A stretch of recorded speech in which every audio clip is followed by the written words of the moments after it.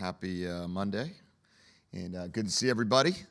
Obviously, we good to have a bye week right now and give ourselves a couple days of individual practices and really focusing on our fundamentals the next 2 days, Tuesday and Wednesday, and then have a good team practice on Thursday and Sunday, beginning our preparation for the Apple Cup, and we'll certainly start that probably Thursday. So we certainly are excited for that, but really going to focus in on ourselves these next couple days, see how much we can improve in every area, and then really kind of take it from there.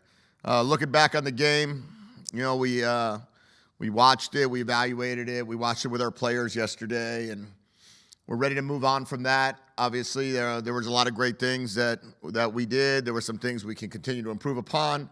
But in the end, that game is behind us, and it's now time to really focus in on the Apple Cup. Bryce Butler started that game. Was that for competition purposes or injury or both? What? No, it's because he was playing the best. So Bryce had a great week of practice, and Bryce had the opportunity to start. Bryce has had a really, really good training camp and continuing to improve in all areas, and therefore he earned the start. Did you have an update on Rashid? Yeah, Rashid will be out for a few weeks. Right now, we don't know exactly, but we'll wait and see for the final decision here if we're going to need to operate or not, and from there we'll figure out if it's how many weeks. Is that a collarbone? Yeah. Okay. How are you feeling about your D-line health generally? I know you mentioned getting closer to getting Javon Parker back and Deshaun Lynch, and Sagapalo missed another game. Just curious kind of how you feel like you are there. Yeah, I think we're in a great spot. D-line wise, I believe everybody should be healthy. Maybe Javon, I don't know if he'll be cleared for Wazoo or not, but I think every other player is clear, will be cleared for that game. So you're looking at, and you can only play so many of them, but it should have Logan and Lynch back, and everybody else is cleared. So the only guy we'd be waiting on out of 12 guys, I think, is Javon, or out of 16 guys would be Javon. So I think the other 15 are healthy. When I look at the way Jonah's playing, he had a good year last year, but he seems better at everything. He seems faster, his receiving's better, his blocking is better. What is that, just getting older? Did something kick in? Is it urgency? How do you describe on the difference from last year to this year with Jonah? The O-line is better. The wide receivers are better blocking. The threat of a quarterback who could run changes the way defenses play you. And those are all things that go into the success of a running back. Derrick Henry with Lamar Jackson is different than with a drop back quarterback.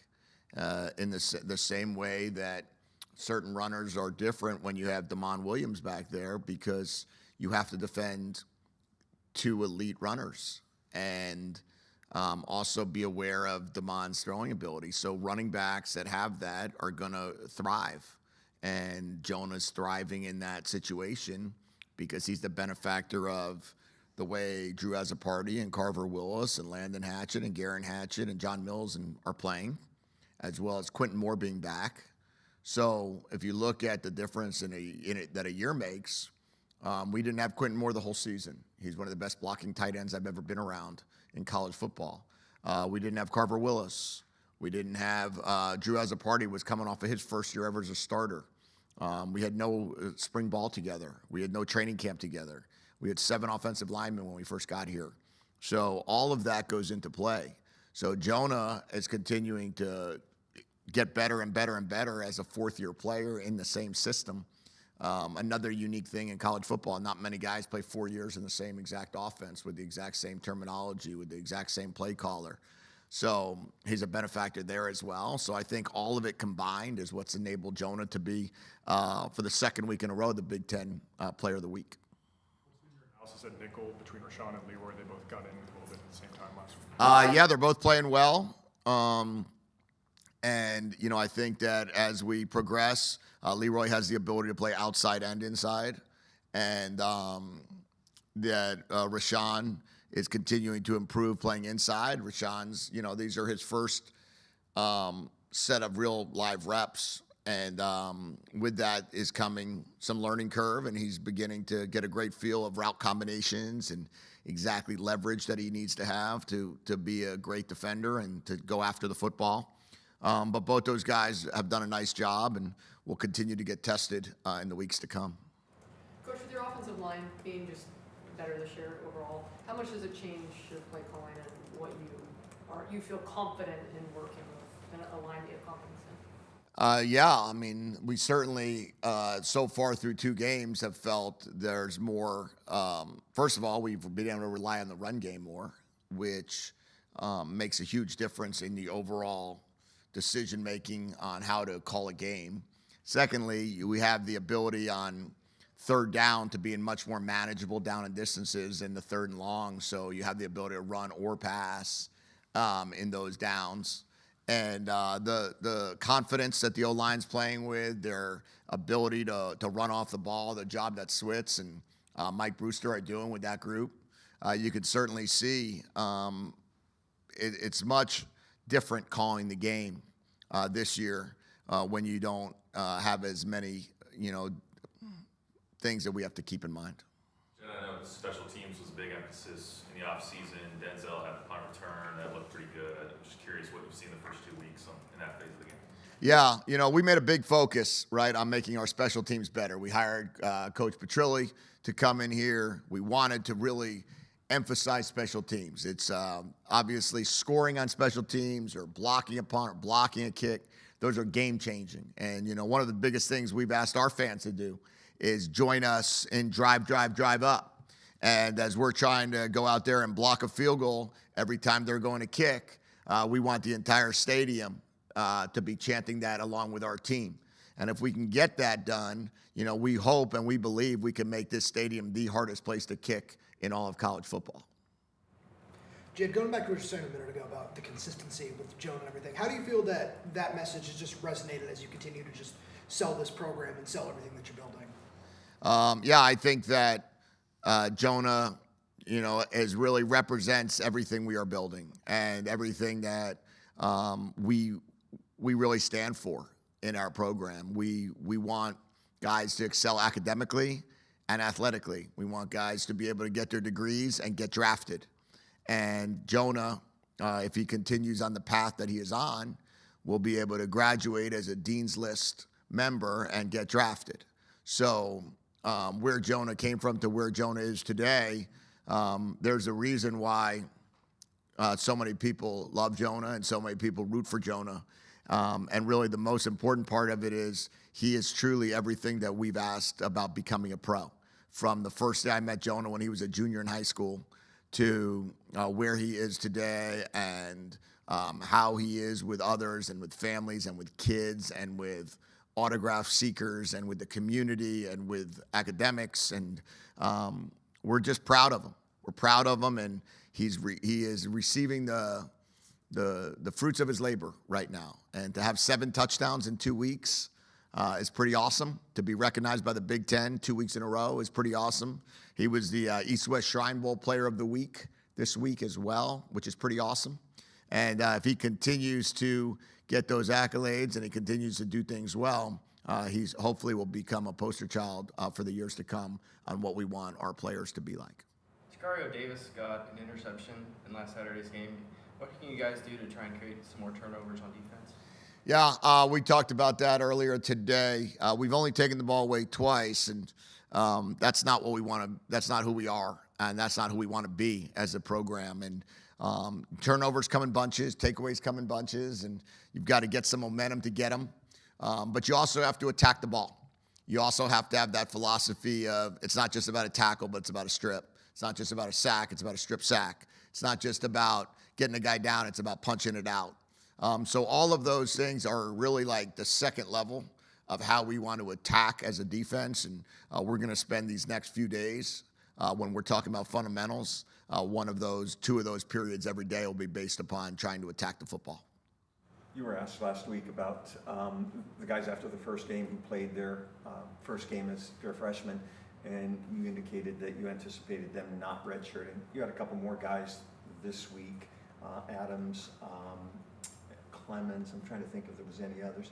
Would you put them in the same category? No, I think the guys that played this week in the fourth quarter are, the redshirt rule allows you to play 4 games. I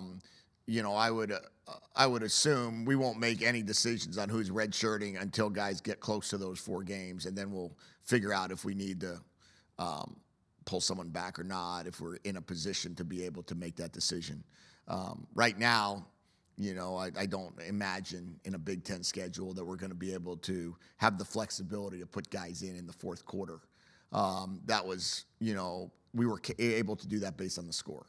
Now, when you ask guys about Desmond Roebuck, who's a starter, or Raiden Vinesbright, who's a starter, or John Mills, who's a starter, or some of the guys that are clearly not redshirting, that's different. But the guys that we put in for this game that are still players that we're working to develop, that's more of that. We'll wait and see what happens down the road.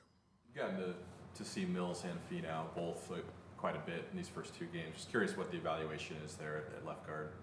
Yeah, both guys are doing a nice job. Both guys are continuing to grade out well.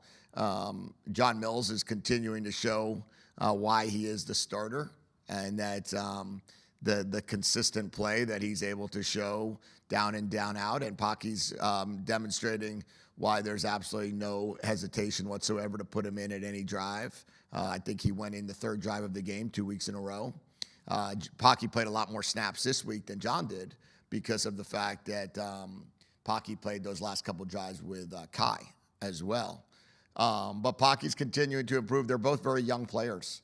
They're both going to help us. They're both going to have opportunities to play for us. And whether they're both playing the same position now, one guy might be playing right guard next year, and one guy might be playing left guard, or one guy might be playing tackle, and the other guy might be playing guard. So we're going to continue to get those guys in a similar rotation. It's very rare to play with the same combination of offensive linemen throughout a season. It's usually doesn't happen. So we're going to keep getting those guys better and better, but John is certainly continuing to play at a high level, and he's doing a really nice job for us. And when Pocky's gone in, there has not been much drop-off. Next year, you open the season with the Apple Cup. Do you have any thoughts on that, playing the rival right out of the gate? No, I'm focused on week 3 of this season. That one I would not have even known that until you just said that to me. I have to be honest with you. I kind of go more day by day. And my focus really right now is, can we get better fundamentally this week? Can we get better as a team? We're doing a lot of things with our leadership council this week. We're doing a lot of things in team building this week. And that's going to be our focus. And then we got to get ready for this year's Apple Cup. And we got to get the cup back. And that's really where our focus is. And then we'll deal with 2026 down the road. Does that sound kind of odd? Because, when you played Arizona and Arizona State, end of the season, Washington and Washington State, end of the season. I know the conference shifts have changed some of that, but I can't remember any rivals opening the season against each other. Yeah, open the season, I don't know. Michigan State, we played week 5 when I was at Michigan. So, I don't know. That was a big trophy game.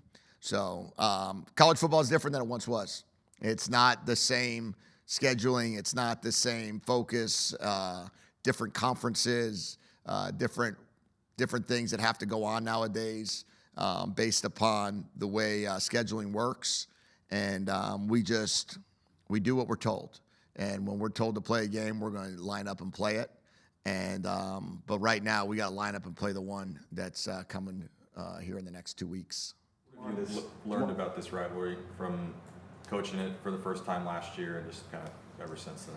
Yeah, I mean it's rivalries are a big deal. Rivalries are, this is a state championship game. This is the opportunity to go out there and go play your best against a team that is going to do everything they possibly can to beat you. And they're going to be fired up, and our guys are going to be fired up. And we had a game that went down to a 4th and 1 on the 1. We had a game that we let up a 20-yard QB draw at the end of a half. And it was still a 24-19 game at the end. We're 2-2 in the last 4 games that we've played them. And, I don't go way back. I know that, it's 70-something to 33, I believe. But the bottom line is that in the last 4 years, they've won twice, we've won twice. So we've got to figure out a way to win this one. And we've made that very clear to our team, as I'm sure they are. And we just happen to have this week that we don't have a different opponent where they've got to focus in on North Texas. But our goal is to go out there and play our best game a week from Saturday. Do you use last year's motivation? Would you talk to your guys about that, or do you just say new season, new things? No, we used last year and every other year, and we'll talk about Jaden planting the flag, and we'll talk about all the things that go into this type of a rivalry, and we'll educate our kids on what this all means. And in the same token, some coaches will tell you, we play every game's a championship opportunity. You guys probably heard that from the Seahawks head coach since 2010. So I understand, how we're all brought up in certain ways, but I understand the importance of playing a team that, that is fighting for the state championship just like we are, and our players will understand that as well. DeMond is obviously a gifted runner. In the first game, I'm sure he took more hits than you'd like him to see. He took a couple more this week. You talk about the conversations that you have with him about not taking those hits and still letting him maintain that stinger that he has. Yeah, I mean, he's gonna take hits. Like, he's not gonna be, he's not gonna be hitless.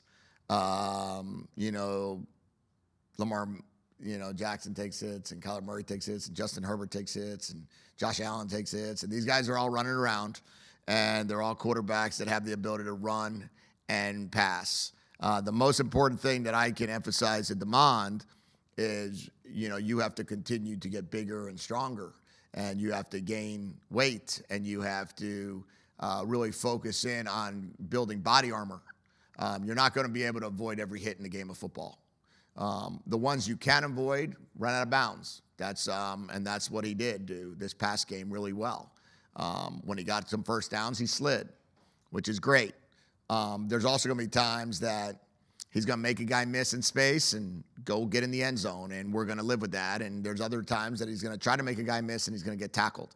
And we're also going to live with that because we're not going to limit what DeMond's skill set is based upon the fact that we want to, try to protect him to an extreme. Like, he understands how to run the football. He understands the game itself, that the best ability is availability, and that he's going to have to be available for us as many games as possible, hopefully the entire season, and therefore he has to make some wise decisions when it comes to some either-or plays. How much bigger do you think he can get?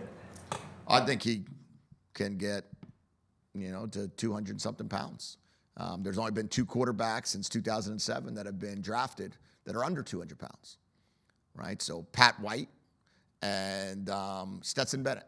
Those are the only 2 quarterbacks in the history or in the last 28 years that have been drafted that are under 200 pounds.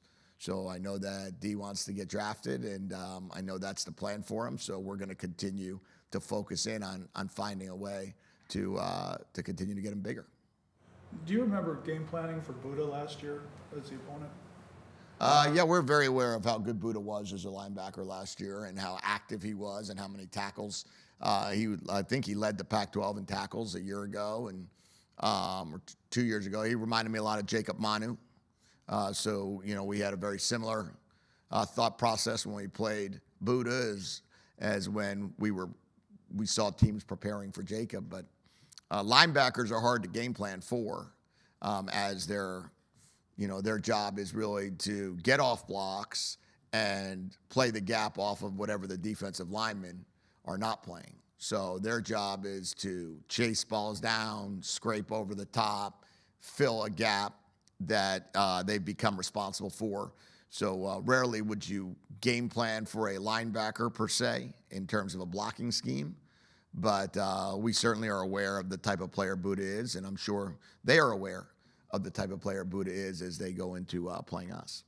You mentioned Chris Lawson as a potential option to replace Rashid. Where is he in his development, considering such a strong spring into a kind of injury-ridden fall? Yeah, he's pretty close to. We saw yesterday he had, or excuse me, 2 days ago, we threw him a go ball down the field, which we missed on, but we're pretty close. We completed a drift route to him for a big play. He did a nice job when he was in there. He made some plays with his feet, with his hands, blocking. So yeah, he's back and ready to go. So you got him, you got Raiden, you've got Dez, you've got KG. Kevin Green's been with us for 4 years. You've got Amari, should be close to coming back or coming back this week. And then Justice came in for 2 big catches. And then obviously Denzel. And Audric. And Audric had played, he played probably close to 40 snaps, or 35 snaps in the last 2 games. So Audric gives us the ability to put him in at X, at Z, at F. He'll be, mixing time and taking some time from Dez, so Dez doesn't have to go play 62 plays or 58 plays. And on the same token, Raiden only played 22 plays because we were in so much 12 personnel. So, again, it's based upon the game, but I feel really good about our receiving core. With Denzel returning the punt for a touchdown, what does that do for your special teams? And now they have to game plan even more so for Denzel. Yeah, Coach Petrilli told me he thinks that we've gained more yards in punt returns this season than we did all of last season.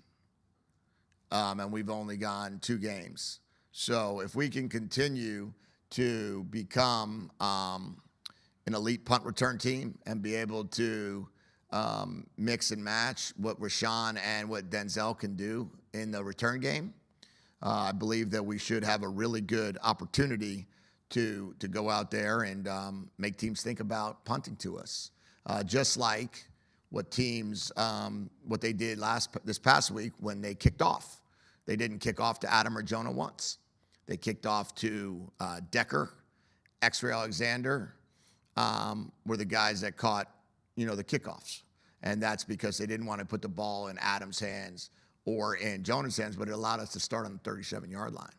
So if teams don't want to punt to us and they want to try to punt away from us, I think it'll continue to allow us to have really good field position. You mentioned Desmond as a starter a few minutes ago. What has he kind of done to earn that designation, even with Amari kind of getting close to coming back at this point? Practiced every single day. Never missed a day of practice. Never missed an opportunity to meet with his coaches. Never missed an opportunity to dive deep into the playbook and meet with the quarterback. Stayed after every practice and caught balls from the jugs machine. Made sure that there was ever an opportunity to improve. He did it. Took coaching exceptionally well. Came in with a ton of talent that, I saw since he was a freshman in high school, watching him every summer compete in the 7-on-7s that we had in Tucson. He went to high school no more than 20 minutes away. So he's done all of that. And when he got here, he hasn't flinched. And he's taken nutrition very serious. He's taken strength training very serious. He's taken being in the training room very serious. And with that, he was able to break off a 49-yard, jet sweep. He was able to make a big-time catch in the game. We caught 4 balls for 77 yards, and I believe that will just continue to improve. All set? Okay. We'll see you guys next week. Have a great week.